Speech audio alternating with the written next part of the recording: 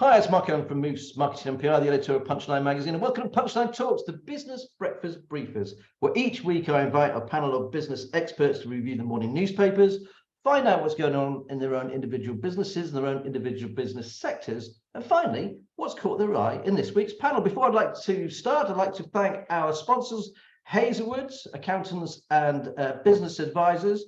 And our panel today is Roman Cooper, MD of Allcooper Property Limited, the ex-owner of Allcooper Security. So we'll find out what he's been up to. We've got Cordell Ray, CEO of CCP. They'll be launching a new charity fundraising drive, Sleep Out. We'll find out more about that later on as well. And finally, last but never least, Ian Mean, Director of Business West.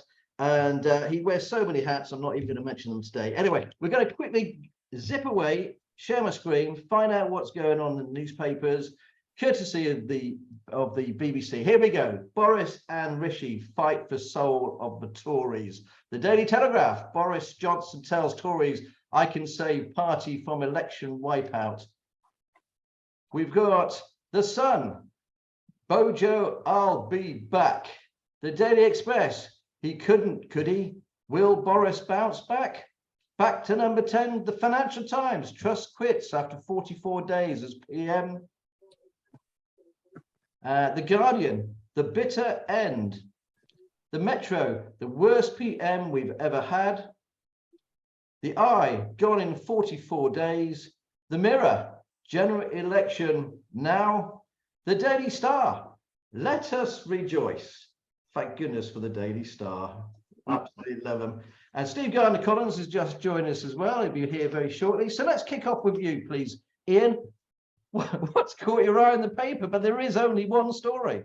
There's one story, and as an ex-national paperman, this is a great day in many ways. Stories I like, The Sun, you've just shown, Bojo, I'll be back. I mean, you couldn't, in Richard Littlejohn's word of the mouth, you couldn't make this up, could you? Here's a guy who gets turned out by the Conservative Party. They're now actually talking to him as a possible dream team with Rishi and Fraser Nelson, who is a superb writer, editor of The Spectator. He's actually sort of saying this might actually work them both together. The Mirror, general election now, that's never going to happen. Tory MPs would just be wiped out, basically. I like the Daily Star all this week. They've been branding this trust the lettuce. I mean, this sort of front page has been shown throughout the world. It doesn't exactly enhance the political reputation of this country when you call the Prime Minister a lettuce. And you showed it earlier. Amazing. The only consistency I can see in this is Larry the cat. Now, Larry is the number 10 cat, according to the Daily Telegraph. Larry's now witnessed the 10 years of 4 prime ministers in 6 years. And there's Larry yawning. He's probably saying, oh, God, we've got rid of another one. But, I like Larry. He's always there. So what's going to happen now? We're going to have allegedly a very quick selection. My money and the Betty's money, betting, the bookies' money, and bookies are always right, they're always right, is on Rishi. I hope personally he gets in. Will he join up again with Boris? Could that be a dream team after he knifed Boris? That's a big issue. Big problem with the Conservative Party. There's so many factions. We don't know what they really stand for. If they're not careful, they'll blow the next election. And where we are now, they will certainly lose. They're certainly going to be absolutely tanked. I just want to go back to the Daily Star, by the way, sunk by iceberg. And it is absolutely funny. They've got more than 1.6 million fans around the world turned into the Daily Star live stream of the lettuce camp. Yeah. And there he was with a bottle of Prosecco and some ice cream and stuff like that. It's very, very funny. Hi, Steve. Good for you. Good to see you. Thanks ever so much for joining us this morning.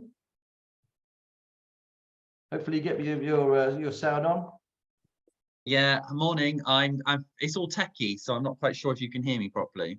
We can indeed. Anyway, we'll crack on with the rest of the guys. Just very quickly, going around the rest of the room. Roman, who do you reckon is going to be the next Prime Minister? Probably Rishi, as Ian says, but I'm not sure I mean, it's a short-term thing. It might get him to the next election, but I don't think the voters will forgive him. Okay, Cordell. All the B's. Business breakfast briefer. Bring back Boris.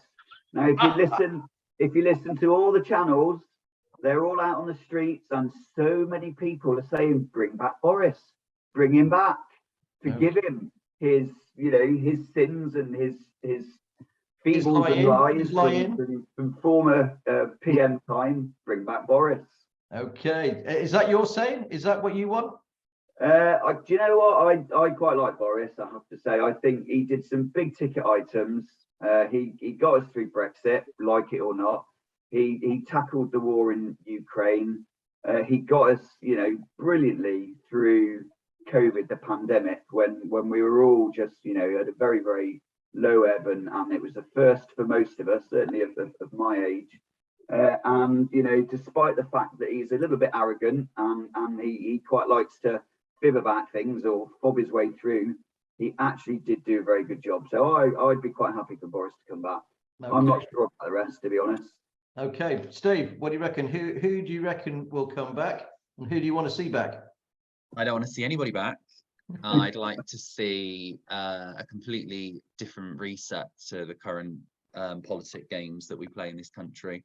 I don't think anybody's ready to run the country. I don't really care. I think I represent a generation that's bored of everything. We're so despondent now. We're not really that into it.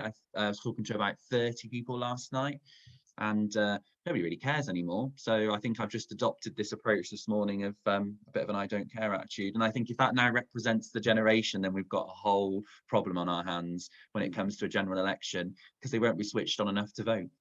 No, okay, well, again, that's a good point. Do you think there should be a general election? Just yourself?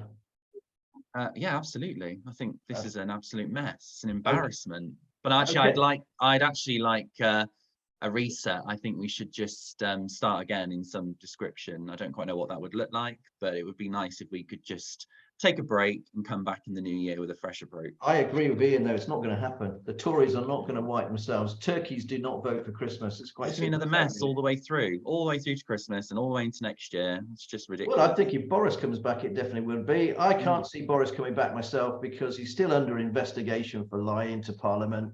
That's still a fact. And there's so many other problems. The party would destroy itself if he came back. I think, unfortunately, I like Penny, actually. I think Penny's quite good, but I think Rishi will win. Anyway, Cordell, let's go to you then. What have you picked out from the papers? Then we go to Roman, and then we go to Steve. We'll zip round the rest of the papers quite quickly, please. So I picked out from The Guardian, probably not unsurprisingly, given my background, but private rents in Britain hit record highs with a 20% rise in some areas. So, for example, in Manchester, 20.5% rise in rents. More locally, Birmingham, 17.6%, Cardiff, 19.6%. So rents are going up. We also have this phenomenon called no-fault eviction, which allows landlords to give notice on their tenants without having to give a reason. And yet landlords are under their own pressures with their own rising costs, and they're all, they're trying to make ends meet. So they may well favour people that can pay a little bit more rent. The average rent in the UK outside London, £1,162 per calendar month. That's the average rent. That's huge. People can't afford that. So notwithstanding, the fact that rents are going up, people are now having to downsize and go into smaller accommodations. So their whole kind of living standards are being pushed down. But there's also, I'm just trying to get the article of actually, there's also tenant demand is up by 20% compared to last year, but the available properties to rent have gone down by 9%. So, you know, the whole cost of living, but also accommodation and where people are actually going to live, with all the movement in the market, not even going on to mortgage and, you know, what those interest rates are going to do, we've got a real problem. And I have to say, with all the bickering and the chaos and you know, in Parliament at the moment, eyes off the ball, surely. Do you know what, Cordell? It's funny you should mention this story as well. It's not funny at all, but there was a story the other day in the newspapers that said that 1 in 8 couples who are actually separated are still living with each other, and something like four out of 10 of those couples were still sleeping in the same bed as each other. And there was one thing, actually 1 in 10 or something. I can't remember the total figures. They actually let their new partner come into their house as well, even though they might be living with their old partner. Oh, what? God. I know. This just sum up life right now. It sounds like a Chaos. sitcom if it wasn't so funny, you know, if it wasn't so tragic. But there aren't places available, isn't it? And that goes to show the costs are going up. Thanks ever so much for that, Cordell. Roman, welcome to Punchline Talks. Great to have you on the show. What have you picked out for us, please? So a few things here today, Mark and the team. So the first one is well, they're all the press reports on it, but this one happens to be in the Guardian, and it's about the Anne Secoulis, the American lady who had an accident with that young motorcyclist Harry Dunn, and I watched the news last night and followed that up. Those parents have really been through hell for that, and it's quite remarkable that they have to use every sort of fibre in their body to get justice, and the relief on their faces last night and the comments they made were heartbreaking, really. And all they wanted to do was get to the bottom of a situation. So to be fair to everybody, I guess, you know, it taken a bit of time, and the woman seemed to sort of run away and claim diplomatic immunity, but I think that's an incredible story of perseverance, essentially against all the odds. So the lady is going to be brought back to the UK for sentencing and could get up to 5 years, which I doubt to get. But I don't think they can bring her back, Roman. I think there's no legislation to bring her back. No, but I think that the spirit of it is that you know that she ought to, and if she does come back, and then you know that will close the circle, because she's going to have this around her neck forever, isn't she? Really. So no, I know that they can't. There's no rules around it, but I can't see her coming back here. She's a spook, and she's not going to come back into this country if she can help no. it. Well, her husband's a spook. But the next one, you'll be really pleased to hear about this one, Mark. It's in the Eye. It's an article about, and the headline is. No need to, could you see that? No need to excuse our language. Swearing can be good for us. So yes, there's a lot of evidence that challenges the view that swearing's bad, prompting us to reconsider the nature and power of swearing. So and it's scientific as well. So specifically, it might activate parts of the limbic system, and you'll know this, Mark, including features known as basal ganglia and the amygdala. Parts of the brain. Yeah, so you might elaborate on that later on. But apparently it's very, very useful, and it shows an array of distinctive social purposes of swearing, from expressing aggression, which is the standard one, to social bonding, humour, and storytelling. So within Punchline, I think if we could maybe add a few choice words here and there just to pep it up a bit, that might be. I can think of a few words to tell you right now, actually. Yeah, that's right. Unfortunately, people that know me well, people that know me really well, know what a potty mouth I am, actually, and how much I have to try and control the urges on camera not to say anything too bad. Anyway, thank you. Can I just do this one, Mark? Very, very finally. All right, I'm going to tell you something off. Sorry, TikTok. I don't know anything about TikTok, but they're using it now to control building control. There's a guy, is a building inspector. It's gone viral. He's got 750,000 viewers. They don't know what they're doing, but I imagine that Taylor Wimpey and all the house builders are absolutely panicking, because sending in letters of complaint every now and again but getting 750,000 people viewing bad new house builds is absolutely brilliant. So the guys hit upon a really great thing. Yeah, that's been building for a while. Right. So what I've done there. Okay, moving Good. swiftly on. Thanks, Roman. Great story. Steve, great to see you. Yeah, thanks for having me, Mark. We're gonna have to rush through, unfortunately, but what have you picked out? Yeah, it's all right. I naturally always gravitate towards the sector that I'm most passionate about. And once again, I wake up to the news in the Guardian around one closure every hour in our hospitality sector.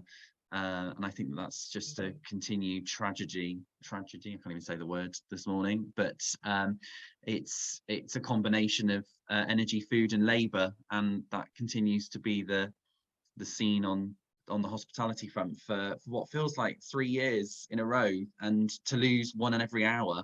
And the flip side on this is I read Punchline every day, and we're going through a bit of a reset, aren't we, where we've got one closing every hour and then a very public opportunity for those that can to buy up all these lovely country house hotels and opening new restaurants. And Cheltenham's had some incredible openings. Isn't it, Steve? It's quite amazing, actually. I can't believe how many restaurants are opening in Cheltenham. I was talking to the managing director of Huffkins Bakery and Tea Room yesterday. They've just taken on a place in Morton and the Marsh, making it 8 now. £6 million turnover, that company, you know, 125 staff. Amazing success. Yeah, and then there's down at the docks, you know, obviously we've got the new Greeky place, we've got the food hall, there's other stuff.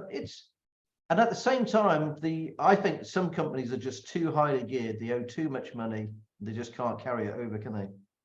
They can't carry it over. And I think it's just like going through a recession, isn't it? We end up with winners and losers. But I think the staggering results of the last quarter, where it's 1 an hour, it stretches the opportunity for, we talk about recruitment and labour problems, but it's not a very attractive opportunity when you're stood there in front of lots of young people trying to inspire them to take jobs, and you know you're going back to the office to try and find staff to fill jobs. And if you've got all this the unsettled approach to buying and selling, and it is aggressive out there. I mean, I know from the top down that at the top, if you've got the money, you can be out there savvy, negotiating great prices for great looking properties. And I think we've said about the expansion of the hospitality number of restaurants across Cheltenham and Gloucester is all great, but it means that people are job hopping so much and they don't quite know where the opportunities are, and it's just not very stable, and instability again isn't helping the sector.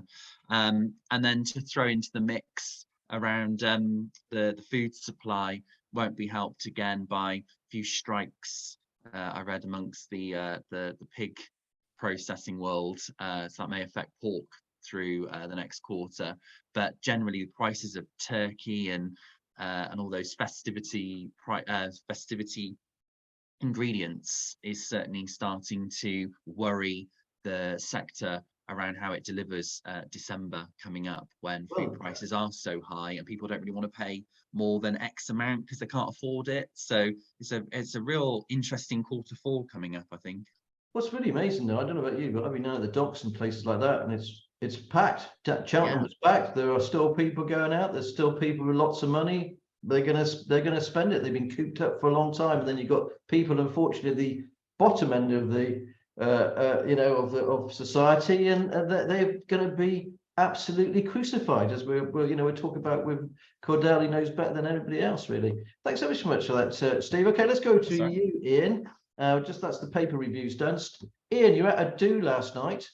Where were you? What was it all about? Borg Warner used to be Delphi Technologies over in Stonehouse. They employ about 1,100 people there, 600 on the shop floor. This is worldwide company. They make diesel injectors, and 10 years ago at Kingsholm, I was asked to do their apprenticeship awards, and they said, will you come back 10 years later and talk about apprenticeships again?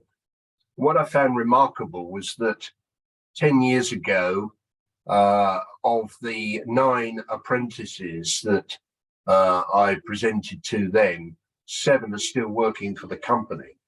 Now, this is something that I'm very interested in Gloucestershire, how we maintain apprenticeships and the quality of those apprenticeships.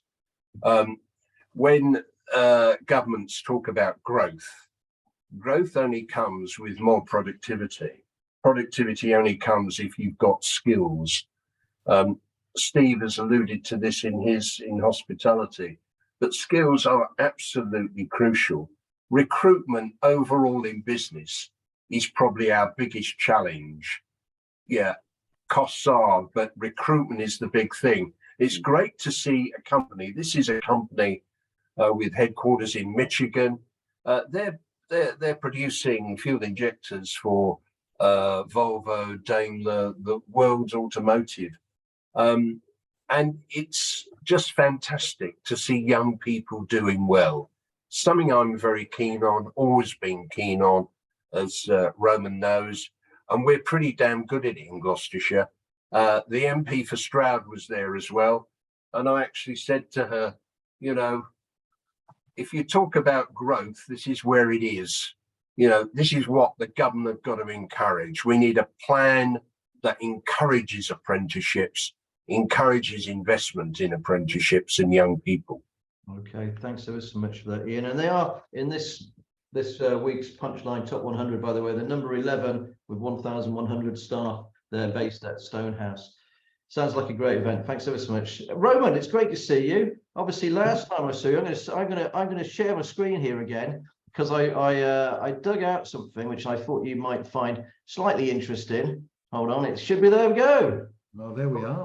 From April 2019. It's a story that we ran when you were sold up to a Swedish security company. I remember phoning you up at the time and saying, how much, Roman? Yes, yeah, not enough is the answer, isn't it? Not enough. So, Well, so what's it been like then when you sell a company like that? Suddenly, I suppose the phone stops ringing, does it? yeah, it does. I was fortunate. I have been fortunate enough in business to have a lot of people around me that I was able to use as mentors. So from people at Robert Hitchens and Jelf Group and a whole variety of people, and they've been very generous with their time. And so I'd spoken to people about what happens when they sell businesses and what it's like. And in almost every instance, they'd said that just the phone stops ringing. It's just literally, you were yesterday's man. That's it. And some people found that very difficult because they weren't expecting it. But this has been a friendly takeover. They were our biggest customer, so it wasn't something, we weren't even for sale. They just approached us and said, you know, we're looking to buy a company in your sector. You've been working for us for a good few years. We love what you do. You know, would you be interested in selling? So that was a conversation then we had as a group. So it was a friendly takeover. I stayed on for 18 months afterwards. And then I left the business after as an employee after 18 months. I had a boss and all the other stuff that comes with having a job. And so, you know, but you know, as I left the business, literally the phone stopped ringing because you know, like I think you've alluded to earlier, you know, you're of not necessarily a great deal of value to a lot of people if you're not able to buy something from them or sell them something that they want. And so, so it's been really interesting. So we've always had a property business. So we've owned the properties that we've operated from. And so that's always been a sort of second string to our bow. And that's Gerald and I, my brother, that's what we're focusing on now. So we've got, you know, half a dozen properties that we rent and manage out, mostly commercial. Yeah, because you still own the property, don't you, where Securitas is? Yes. All those the individual, obviously, there's like 8 or 9 there, isn't there? That's right. Yeah. Do you still own the land for Aldi that used to have the old Allcoopers on as well before? Yeah. We own the site, and we rent that to Aldi. Yeah. Are you impressed? I know all that, Roman. Yeah. Well, Mark, you've got your ear to the ground. I wouldn't expect anything less. It's just because I'm bloody nosy. That's what it is, mate. You know. Yeah. But I never did find out what you sold it for. But maybe you might tell me when we have a pint. Mark, it's in the public domain. You can just do a bit of research. Send one of your numerous staff to go and find out. That'd be me then. Although you use some other foul language. Well, it's great. It's great to see you, Roman. Hopefully, we'll get you back on the show again. Thank you, Cordell, let's talk about what you're up to, please, because there's a big shindig that you're organising, a big event, isn't it, to raise as much money as possible.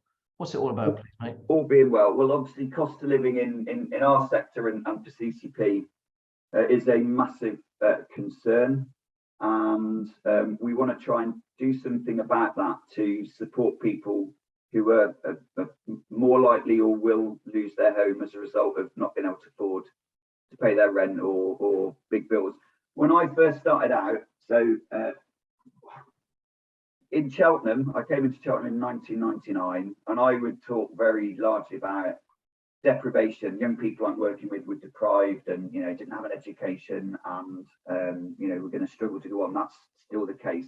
But absolutely, what we now talk about, and this is backed up by the very reputable Joseph Rowntree Foundation, we now talk about destitution. So I'm in Cheltenham this morning, Mark, and 35% of the children that live in the ward of St. Paul's have gone to school this morning from a house living in poverty. We're the 5th, 6th largest economy on the planet, and yet we have some of the highest levels of destitution and poverty. You know, certainly in the Europe lands, and we're seeing destitution day in, day out. All of our support workers on the ground, out in the communities, supporting people, are seeing this increasing every day. And so the question is, while there's all the chaos going on, and while the eye's off the ball from our political movers and shakers, what is actually going to happen to stem the tide of the increasing levels of destitution brought on by cost of living? And there aren't any quick answers. There's small amounts of money coming through, and there's, you know, bits of money off you know, fuel bills and things. That's not going to cut the mustard. It's, you know, people are beginning to lose their homes as we speak. So the sleep out is ambitious. We want to raise £100,000.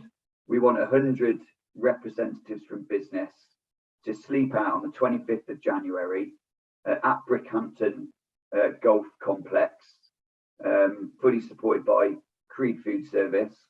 We want each of those 100 to raise £1,000. That's where the 100 grand will come from, and then the money will then be used quite simply, not just through CCP, but through other agencies that are out in the field working with people every day to give people a small amount of money to pay a rent or to pay a bill, or to you know, replace something that's broken. The types of things that put people into debt. Most of the people that we would work with haven't got credit score, or not a good credit score. So if they are going to borrow money, they're going to be paying significant interest rates, and that just pushes it further, you know, into debt. So we're trying to raise a good amount of money just to help people out until such time that there's a better response from our current government. I was going to say, Cordell, so if we're the new Prime Minister here, then, I mean, you must be pretty damn angry about it, really. What would you say to them? Just give us a line. Sorted out quite simply. What the current offer for people who are struggling is not enough. We've got a lack of houses, we've got increasing rents, we've got cost of living, energy bills are going to be uncapped from April.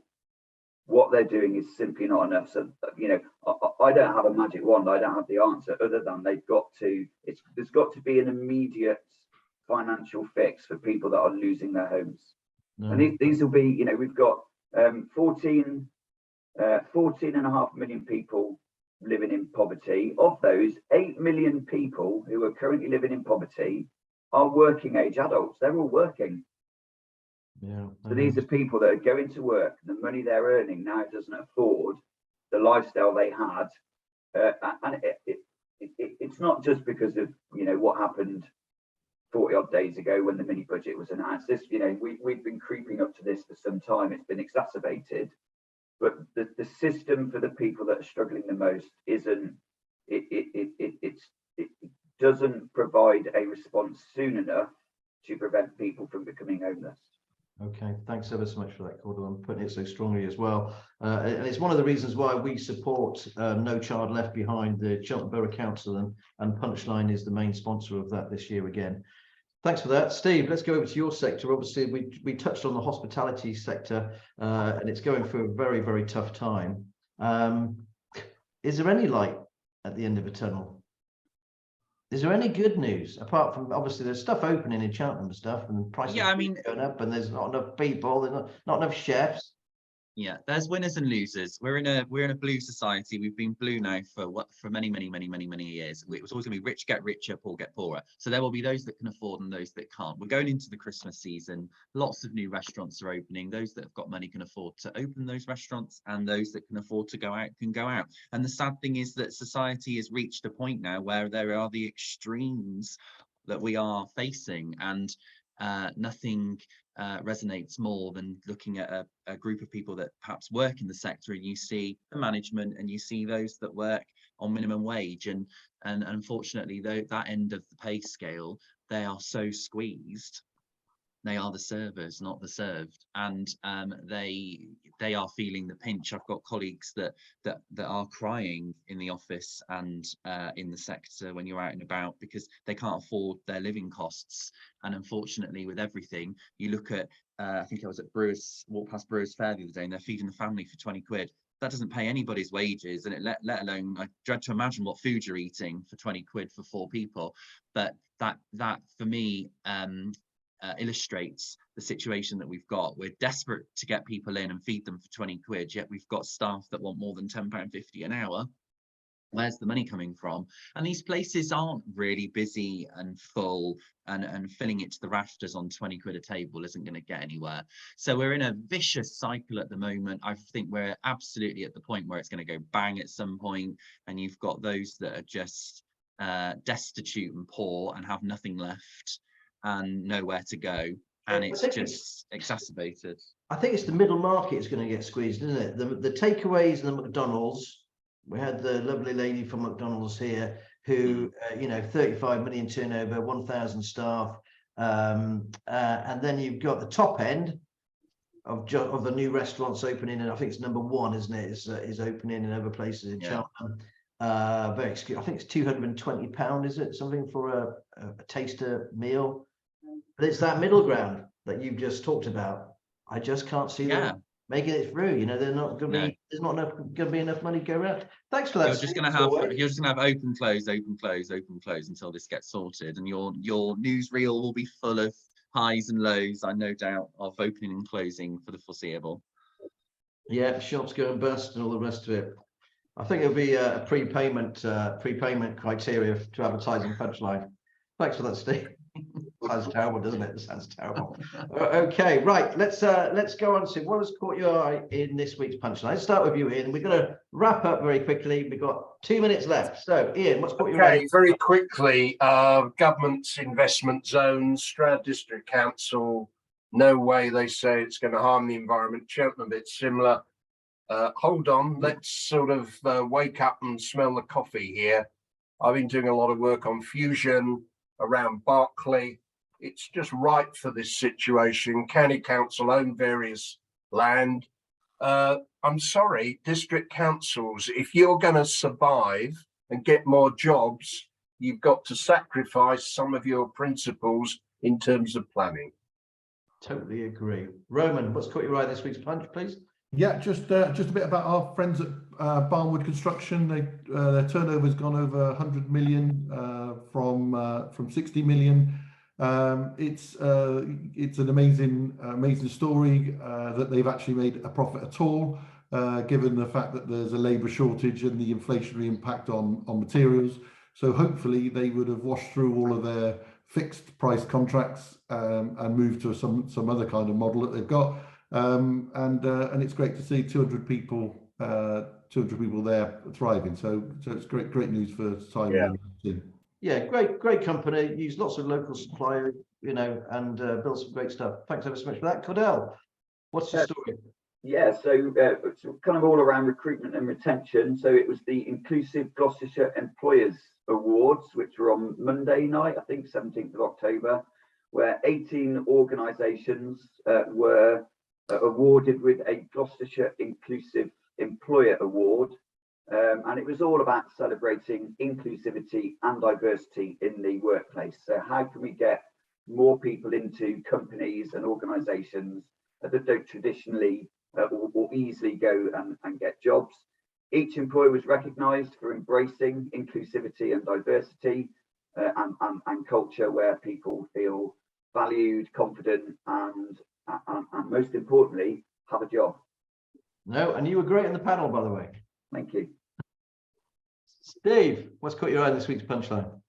Yeah, you obviously reported on the Everyman and the shows that have been happening there at the moment, and I actually was there myself the other night, and I grabbed the book, and I was catching up on some of the news around the Bake Off musical and others, and I just thought, gosh, we've got lots of exciting events that all the way through to into the middle of next year. I think it's something that Gloucestershire's really stepped up on, is lots and lots of entertainment. And looking at the prices of tickets at 15 quid a ticket and 20 quid a ticket, they're not unaffordable for hopefully many. And I just think if you're going to have a night out and support culture and arts that have had a terrible couple of years with the whole outbreak of opening and closing, and I think that the calendar of events now through to the middle of next year, at least that I've looked at, can be affordable and are also really great nights out to just get away from the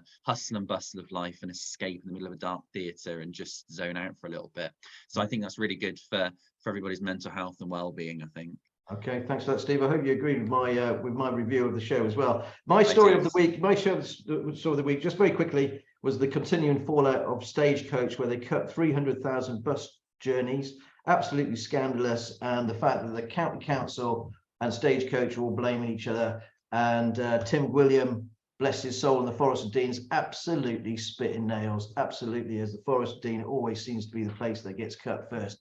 Thanks ever so much for joining my panel of fantastic guests today. Just like to thank our sponsors, Hazelwood's Business Advisors and Tax Guys. Absolutely brilliant. Hopefully we'll see you again soon. Thanks for joining Punchline Talks. Bye. Cheers.